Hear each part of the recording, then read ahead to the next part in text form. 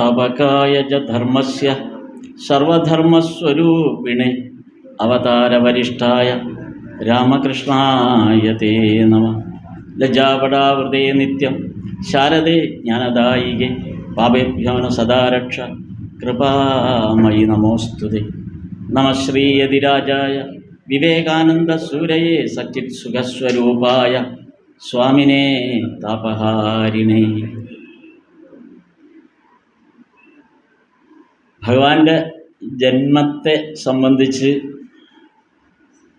തൊട്ടു മുമ്പ് ഞാൻ ശ്രീകുമാർ എന്ന് വിളിക്കില്ല, ഞാൻ ശ്രീരാമകൃഷ്ണ കുമാർ എന്നാണ് വിളിക്കുക.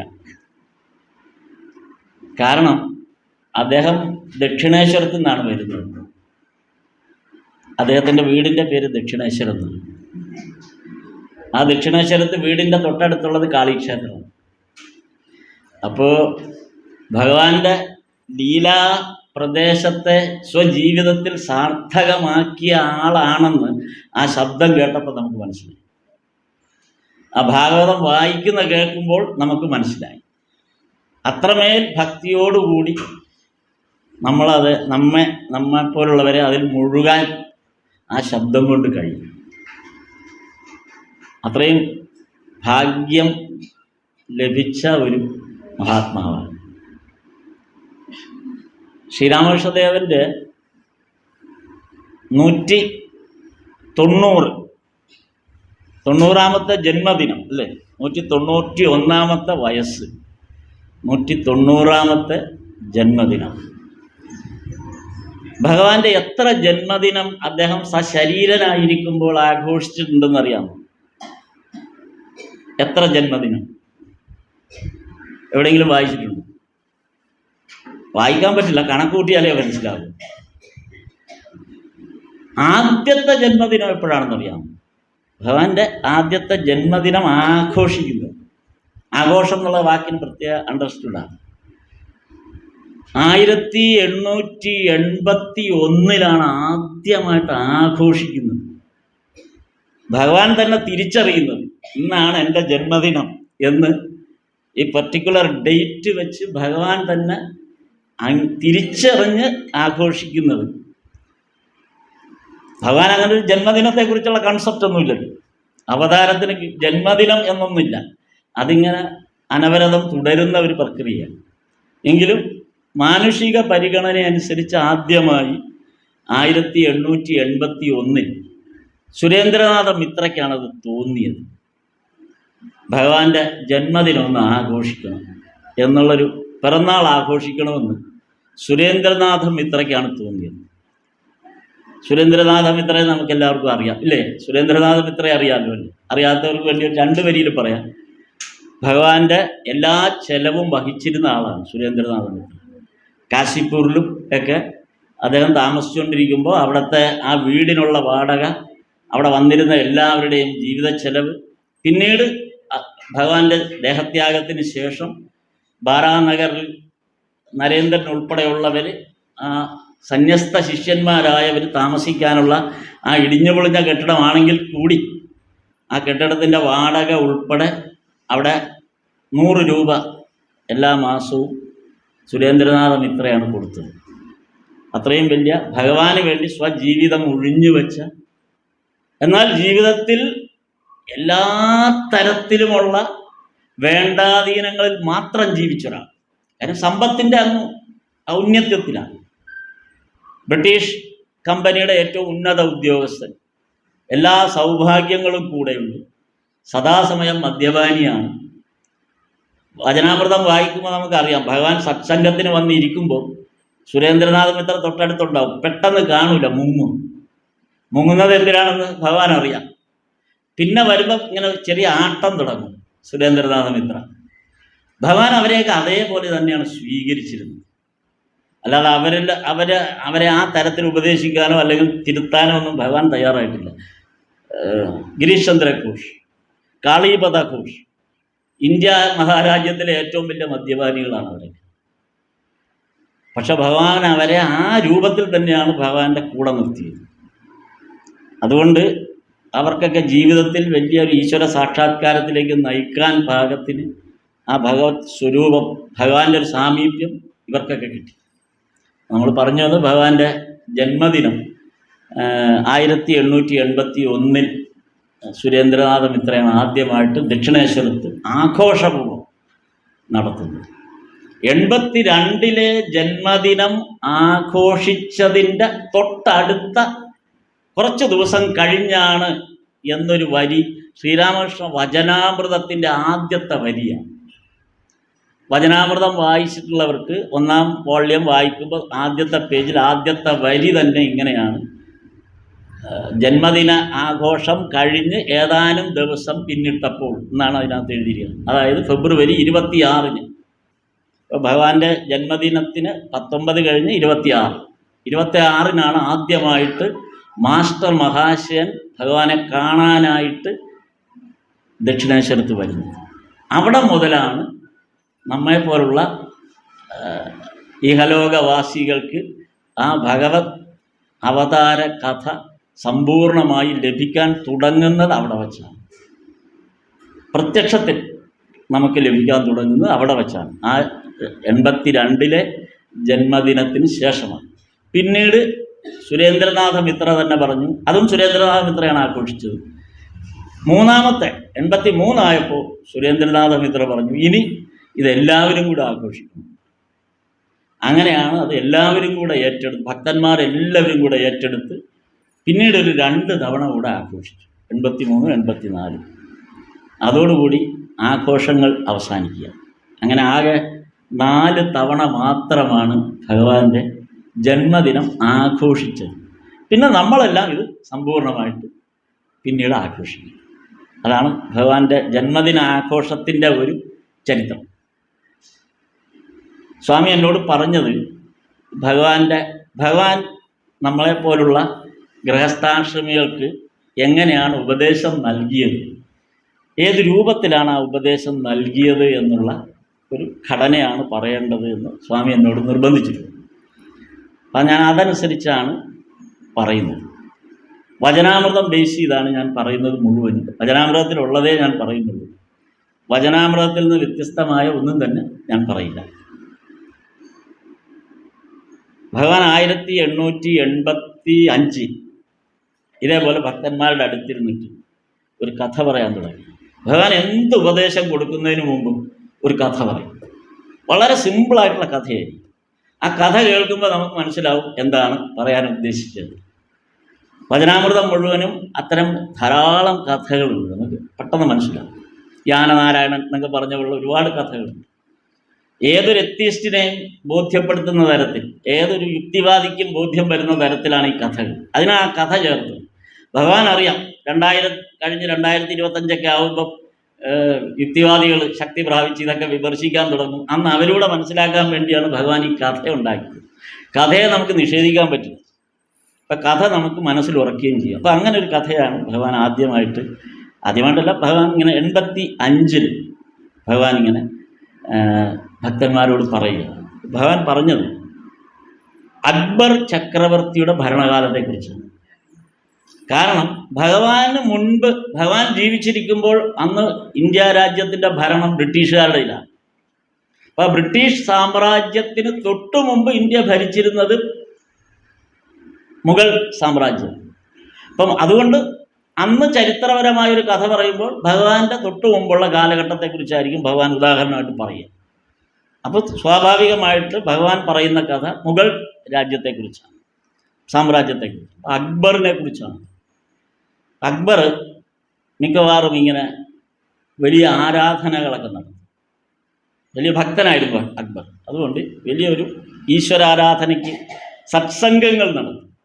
ഈ സത്സംഗങ്ങളുടെ ഒരു പ്രത്യേകത എന്തെന്ന് വെച്ചാൽ, ആ സത്സംഗങ്ങളിൽ പങ്കെടുക്കാൻ വരുന്ന എല്ലാവർക്കും അക്ബർ ചോദിക്കുന്നത് എന്തും. അതുകൊണ്ട് വലിയ ആൾത്തിരക്കാണ്. കാരണം അന്ന് അവിടെ വന്ന് അക്ബർ ചക്രവർത്തിയുടെ മുമ്പിൽ ഇരുന്നാൽ ആ സത്സംഗം കഴിയുമ്പോൾ ഓരോരുത്തരെയായിട്ട് അക്ബർ വിളിച്ചിട്ട് എന്താണ് ആവശ്യം എന്ന് ചോദിക്കും. അയാൾ എന്തും പറയും, എന്താവശ്യവും പറയും. ആ ആവശ്യം നിവർത്തിച്ചു കൊടുക്കും. ഇതാണ് അക്ബർ ചക്രവർത്തിയുടെ സത്സംഗത്തിൻ്റെ പ്രത്യേകത.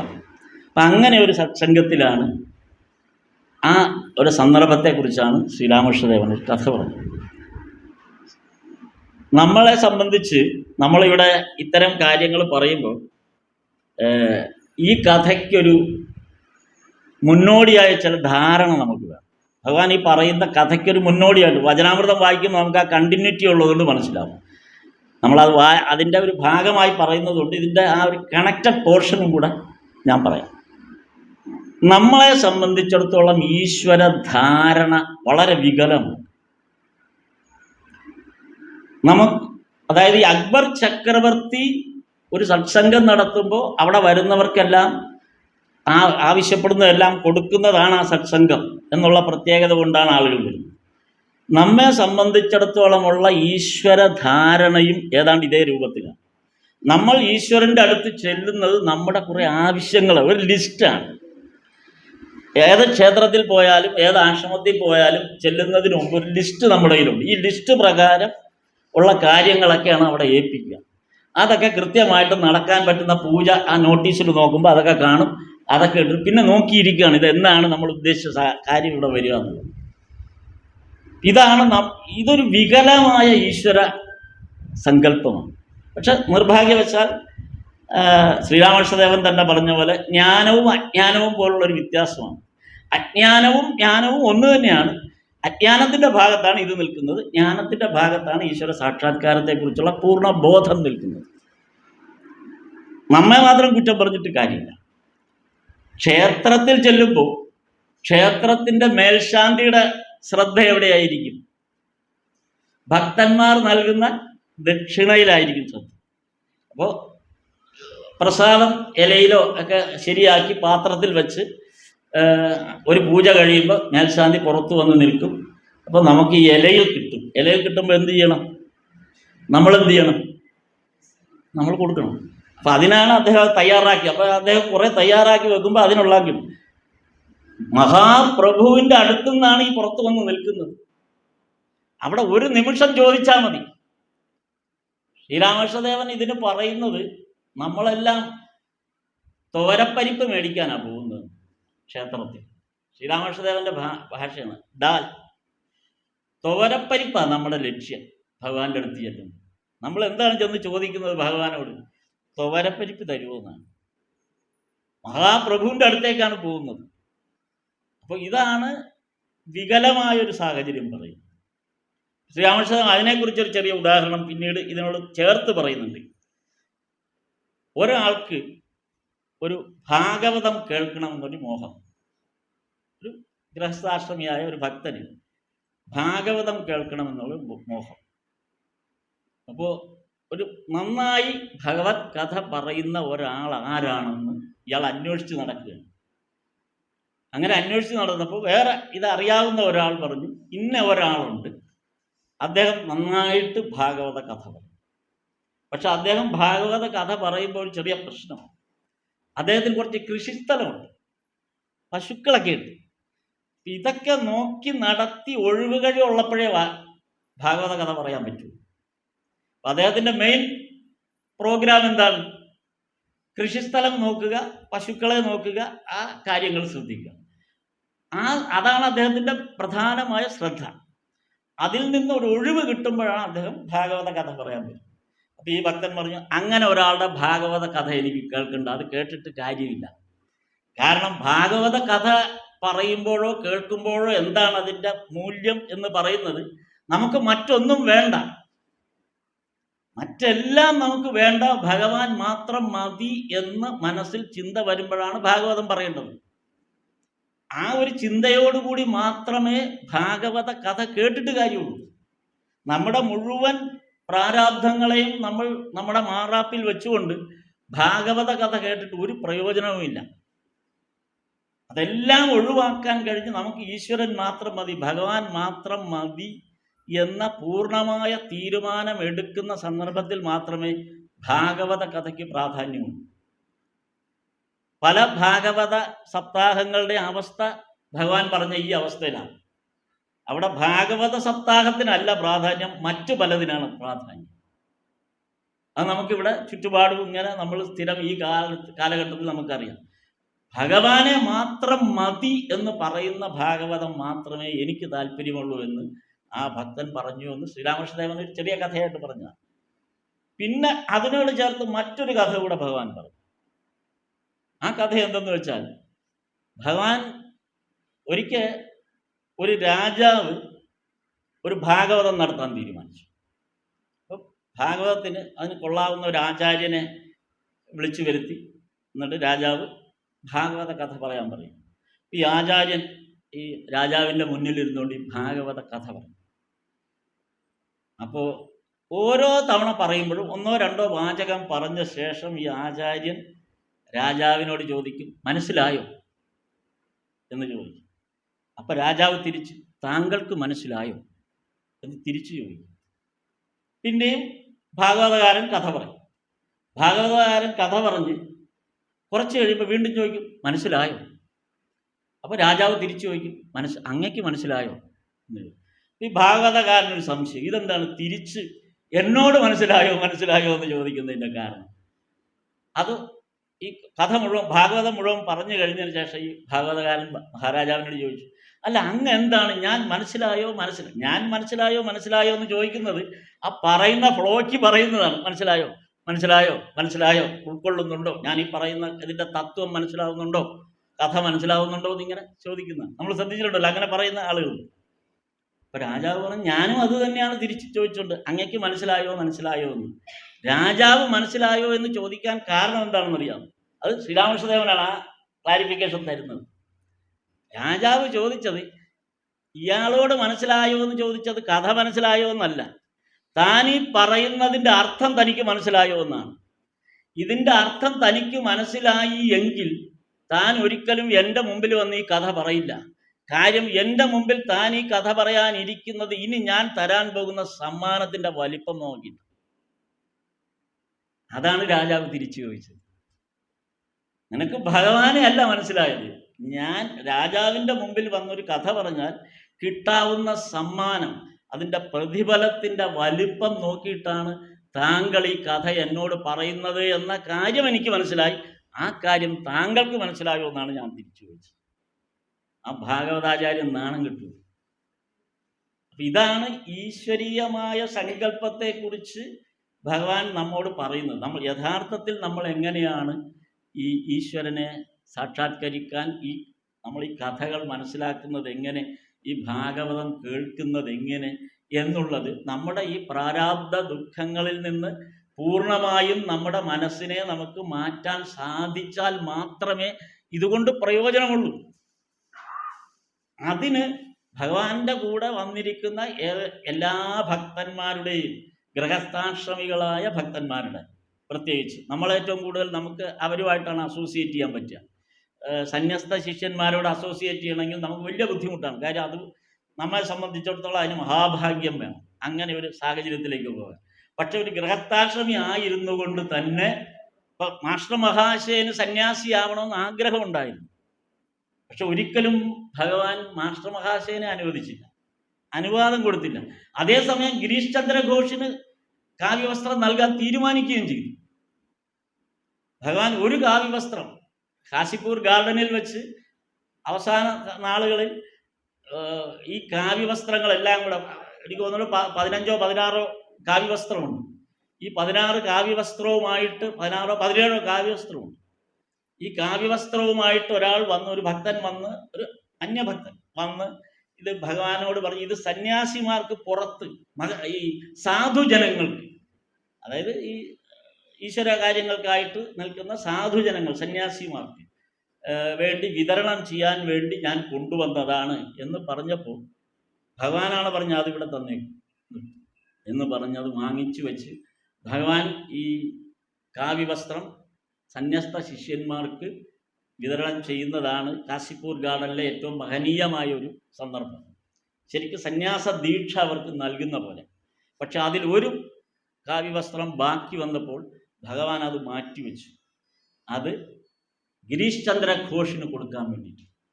കൽക്കട്ടയിലെ അക്കാലത്തെ ഏറ്റവും വലിയ നാടകാചാര്യനായ, ഏറ്റവും പ്രശസ്തനായ ഗിരീഷ് ചന്ദ്ര ഘോഷിന് നൽകാൻ വേണ്ടിയിട്ടാണ്. ഗിരീഷ് ചന്ദ്ര ഘോഷ് കഷ്ടിച്ച് 2-3 വർഷം മാത്രമേ ഭഗവാനോട് അടുപ്പത്തിൽ വന്നിട്ടുള്ളൂ. വളരെ കുറഞ്ഞ കാലമേ ഭഗവാനുമായിട്ട് അടുത്തിട്ടുള്ളൂ.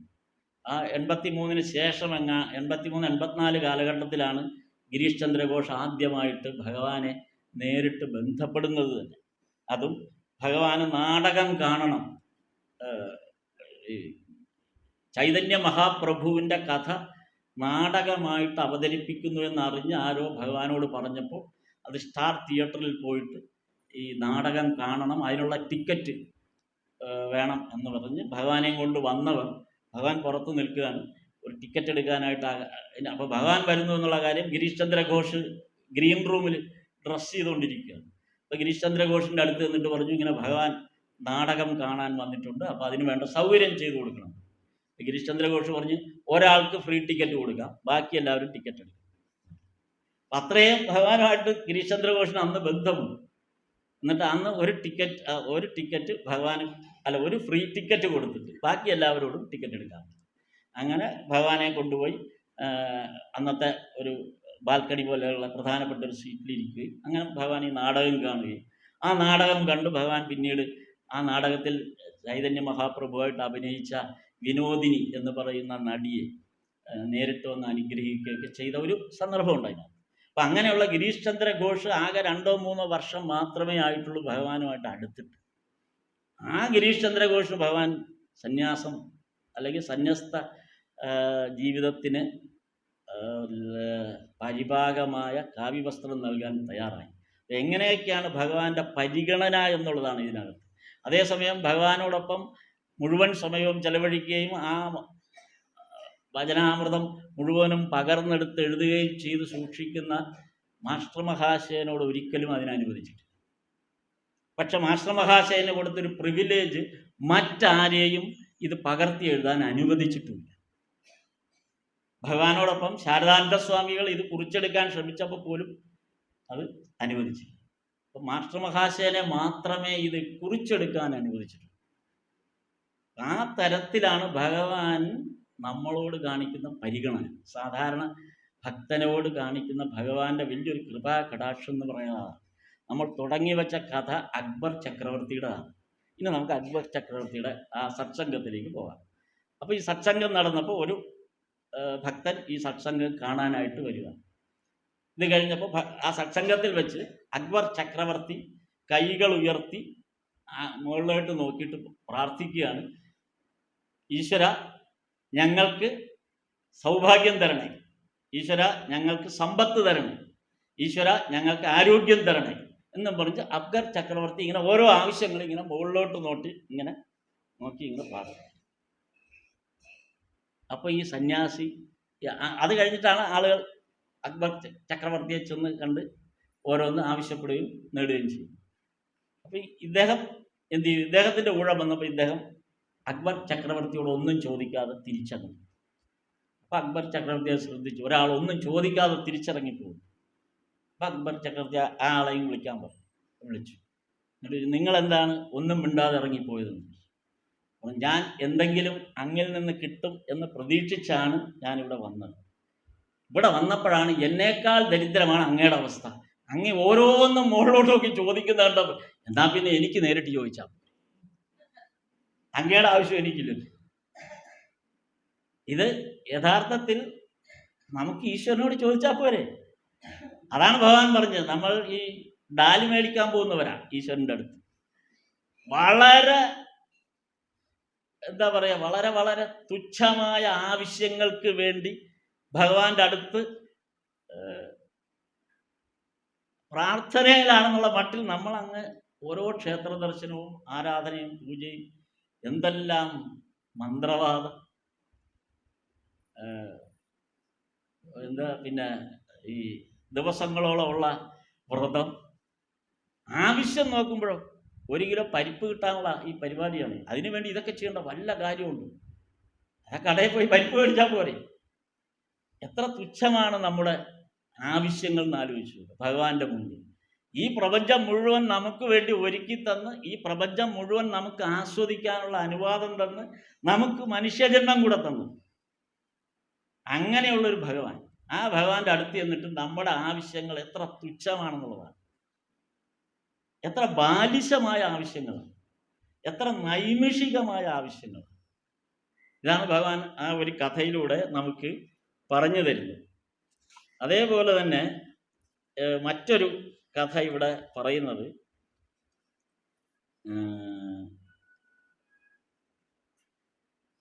ഈ ഭഗവാന്റെ മറ്റൊരു ഭഗവാൻ ഈ ഭക്തിയുടെ, ഈശ്വരനോടുള്ള ഭക്തിയെക്കുറിച്ച് ഭഗവാൻ വചനാമൃതത്തിൽ പല ഭാഗങ്ങളിൽ പറയുന്നുണ്ട്.